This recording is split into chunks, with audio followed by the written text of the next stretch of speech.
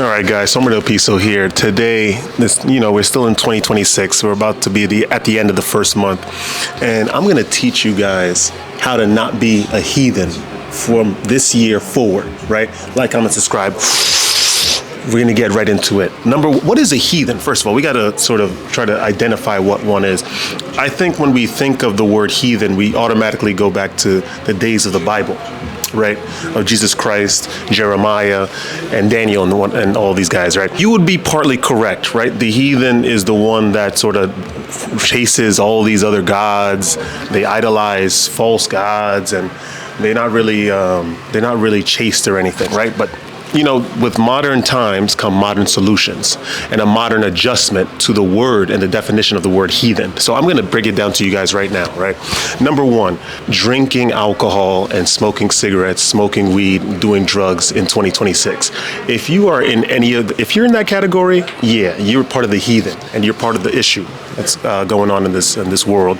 But honestly, a lot of people do these kind of things and it's been very normalized due to elites pushing heathenism of that facet down our throats, so to speak. To be honest, it is your life. At the end of the day, you guys could choose whatever it is that you want to do. You don't have to be heathen. You don't have to take drugs. You don't have to smoke cigarettes. You don't have to drink alcohol.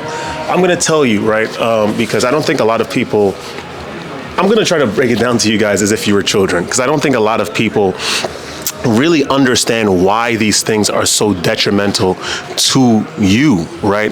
The thing is, right? Thank you. The thing is, right? Alcohol is a poison. It's now classified. I can go on Google right now and we could find studies that prove that alcohol is not just poison and toxic, it's a neurotoxin. The guys don't know the prefix neuro, that has to do with the brain.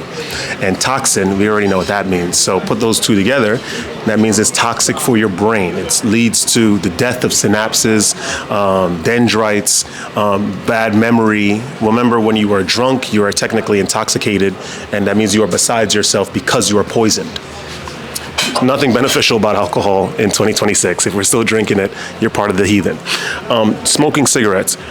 Million studies that show that smoking cigarettes is destructive to your health, causes mouth cancer, lung cancer, so many things, right? Also, the big thing that you guys need to worry about is that even if you survive smoking cigarettes, by some miracle, that's the combustion that's going on in your lungs whenever you inhale, that destroys your alveoli over time. The alveoli are like these small little things that line your lungs that are responsible for the intake of oxygen.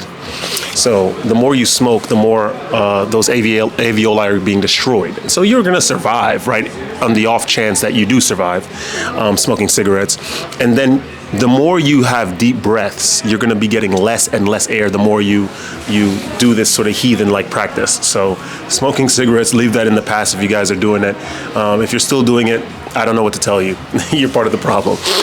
Doing drugs, that stuff, all these various drugs like MDMA, meth, marijuana, all those things are destructive to your brain, destructive to your body. And remember, the fact that these things are harmful to your brain should be enough of a reason for you to stop the practice completely or stop the habit completely. People don't get it. I think that a lot of these things are social activities, and in these various traditions, right, cultures, like in Eastern Europe, for example. Like I said, I've been traveling Eastern Europe all last year for I've done a lot over there, and part of their tradition, right? Whether it be Albania to Bulgaria to Serbia, these guys love smoking their cigarettes and drinking alcohol. I'm like, yes, I understand your forefathers did it, but objectively, it's bad for your body. You are not going to make it if you continue with these habits. But, I don't know. These guys want to feel connected to their forefathers, so I guess they do this kind of stuff. And, at the end of the day, it's a social thing. I just couldn't do it. I can do it. I don't care if I'm related to some sort of king from Nigeria, some part of Nigeria, and he smokes cigarettes. I'm not going to smoke cigarettes. It's just objectively bad for you. So anyway, I don't know. A lot of people do it for various reasons. The idea is because it's objectively bad for you, you should stay away from it. And that puts you in the category of heathen. We also have what else makes you a heathen? Hooking up, the hookup culture, partaking in the hookup culture. If you are sleeping with other people and you're not in a relationship, you're not an item, or it's not like you're not with that person exclusively, then you're a heathen and you're lending to the problem, right? Remember, the Bible says, if we're going to bring a religious thing into it, he who sins sexually sins against his own body. So you're only hurting yourself at the end of the day when you partake in that kind of stuff, right? Hooking up. For the men, remember, we're expending that finite energy that's accumulated through breath, right? Breathing in and out, drinking water, obtaining vitamins and nutrients through your food, and water, and whatever else you intake, right? You lose that with every release. And if you consistently hook up, the body's going to be running on empty whenever it needs to complete its mandatory tasks. The respiratory system needs energy to function, nerve energy, by the way. Just letting you guys know, the nervous system needs nerve energy to function, and that concentrated, condensed nerve energy comes from the retention of semen, right? So sure, you could, have your fun with that exclusive person, but we'll hope that you'll have some austerity measures on the self when it comes to the regulation of expulsion of energy, sexual energy. A lot of people don't get it. Again, we are caught up in tradition in this world. Like, people think it's fun doing this kind of stuff, and it's promoted in Vogue, in Bazaar, in Cosmopolitan, and they think that this is like the new edict, the new edict source, and it doesn't make sense. Don't partake in casual sex. I'm telling you, it's more destructive than good. On the other side, right, I cited the religious reasons, and I cited a little bit of a scientific reason, which is just the expulsion of energy, right? But also, it makes you a vector and a petri dish of sexually transmitted diseases. We don't get that yet, right? Because we're having fun, it feels great in the moment. And of course, unwanted pregnancies, which is probably the primary source of the causes of single parenthood, right, all over the world, especially in Latin America, where they just run rampant with casual sex. It's crazy. Semen retention is just an afterthought over there. just let's call it what it is, right? Don't partake in that kind of stuff. I'm telling you, it's not helpful at all. It's actually very, very detrimental and negative to you. What else makes you a heathen, right? Not understanding how to get your finances under control. You see, a lot of people in the world, right, are caught up in this perpetual journey, this paradigm, right, of keeping up with the Joneses. The new iPhone is out, I have to get the new iPhone. The new AirPods are out, gotta get the new AirPods. There's a new shirt from Balenciaga, which I don't understand why we're even supporting Balenciaga anyway, right? We gotta get the new shirt, right? And people are putting themselves deeper and deeper in credit card debt just to be able to keep up with the Joneses, which I don't understand, by the way, because at the end of the day, you both are in a situation of dire straits, number one. And number two, the clothes you wear, it's good to take care of yourself, right? It's good to dress nice, it's good to look well, it's good to feel good based on what you wear. But if it's detrimental to your finances, which is, by the way, the pipeline to survival, literal survival on this planet, then you have to overthink, right? You have to rethink what you're doing, number one. Number two, remember, you are donning clothes, expensive clothes, to impress people, by the way, 99% of them, that are not enlightened. They don't know anything about true ascension, true health. They don't know anything about what the Bible is really saying, what the Bhagavad Gita is really saying, the Pali Canon, the Tripitaka. They don't know anything about this kind of stuff. They're following the piper, essentially. And so you are putting yourself in that category by buying clothes to keep up with individuals that have no idea why they're even doing that kind of consumption in the first place.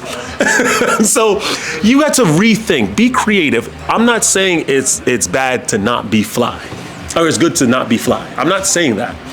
I'm saying that you need to pay attention to the reasons why you are donning good clothes, and make sure that it's not a reason of following the leader, or just sort of doing what everyone else is doing, or trying to be better than everyone else based on how you look, by the way.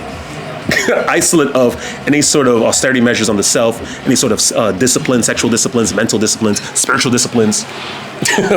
I get it. I'm telling you, we're in a world where the external matters more than the internal. And a lot of people don't even have the faculty to perceive what's going on in the internal because they're concentrated on keeping up with the Joneses. This is not even just an American culture. This is all over Europe. This is all over Latin America, especially.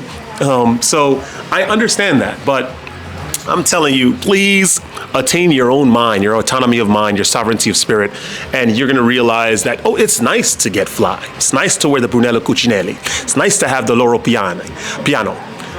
But to do it for someone else is just not, it's not worth it. So let's not be a heathen in that regard, putting yourself in debt just to keep up with the Joneses, right? The heathen. Right? What else makes someone a heathen in this modern society? The perpetual need to prove yourselves. I'm going to explain that, right? Because that sounds a little bit convoluted. And, you know, some of the pieces is always going down these holes and whatnot when it comes to that stuff. I'm going to explain it. So we have a lot of people, like a lot of traditions. And, you know, if someone steps on my shoes, I'm going to retaliate physically, or I'm going to intimidate, or I'm going to walk around with a big chest. I'm telling you, that's not the way. That never was the way, but it is a way. I mean, that's the way to prison, incarceration, and self-destruction, right? Responding in anger, right? Or retaliating because you feel the need to, as opposed to logically thinking about the long-term implications of the actions that you will take in the present moment, which is made out of anger, right? Or reflex. This is the issue with the modern world, and they continue to do this. That's a heathen, right? They don't really think of what they're doing. They just do. And as an individual, remember, to separate yourself from the heathen, you are becoming of sovereign spirit. You're becoming of independent mind, which means you are constantly thinking about the implications and the long-term consequences of your actions.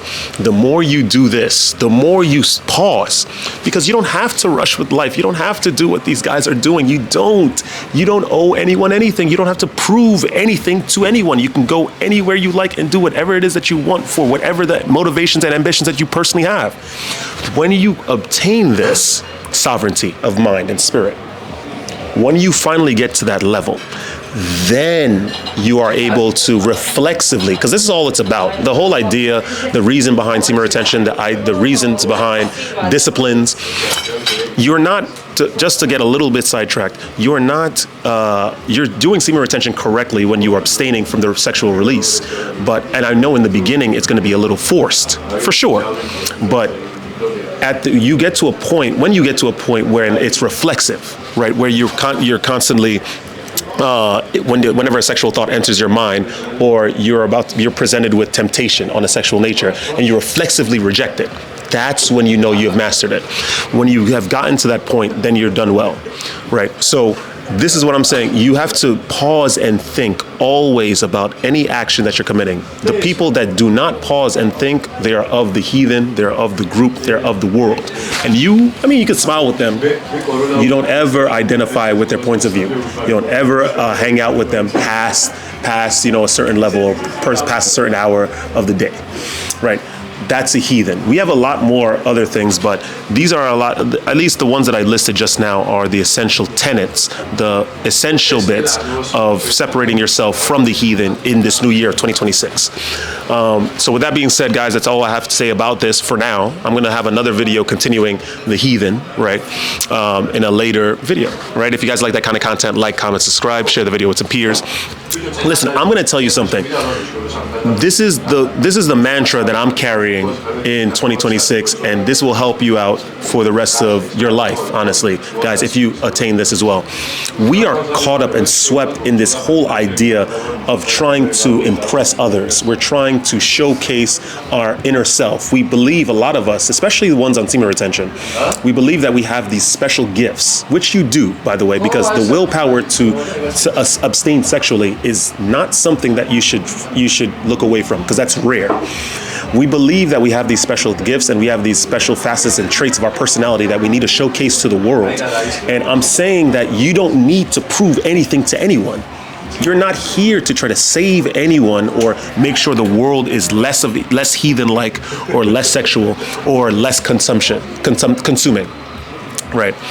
You don't have to do anything. What you need to only focus on is what you're doing, right? How you are sexually chaste, how you are not spending past your credit limit on your American Express, for example, to keep up with the blind, the heathen, right? This is the only thing that you should be worried about. Nothing else. Not proving yourself, not trying to be bigger than yourself or seem bigger than yourself, nothing else. You carry that from this year forward, I'm telling you, you're gonna be incredibly successful. You don't need anybody. You don't need anyone. You don't, right? I love you all, stay radiant. I'm gonna see you guys in the next video. Woo!